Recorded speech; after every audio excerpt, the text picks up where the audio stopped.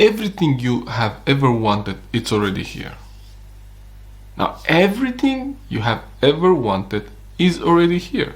Now, look at this phone. This phone was here 100 years ago. I mean, you might ask yourself, what do you mean by that? How was it here? We didn't have phones 100 years ago. Yeah, we didn't have phones in this shape, but all the elements, all the components of this phone were here 100 years ago.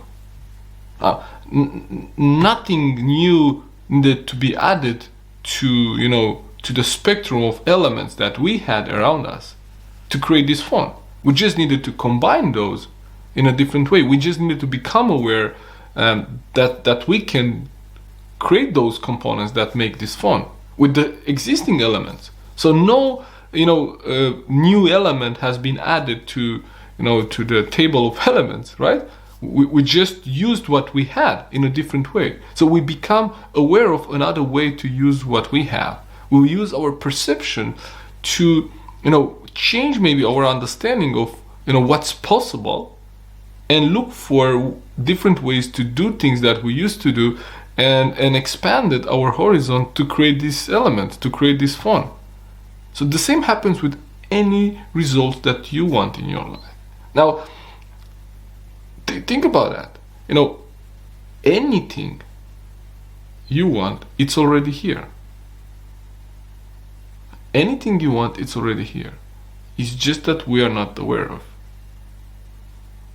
And when you think about that, what doesn't need to happen? We don't need something to be added to us. We don't need something from the outside to be added to us to gather something. We just need to become aware of the opportunities, of the possibility, of the things that we could have.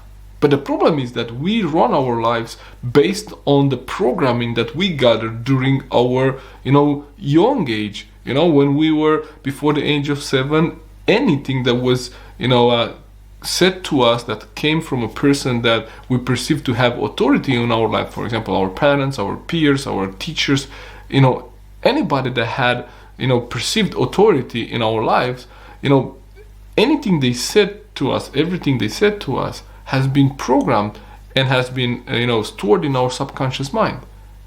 And now, Jung said, until you make your unconscious conscious, it will run your life, and you will call it fate. Until you make your unconscious conscious, it will rule your life, and you will call it fate.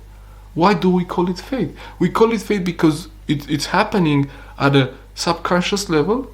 We don't see it, and we don't understand it. And because we don't understand it, we believe that it's happening to us instead of happening through us. And it's not only that we call it fate. It will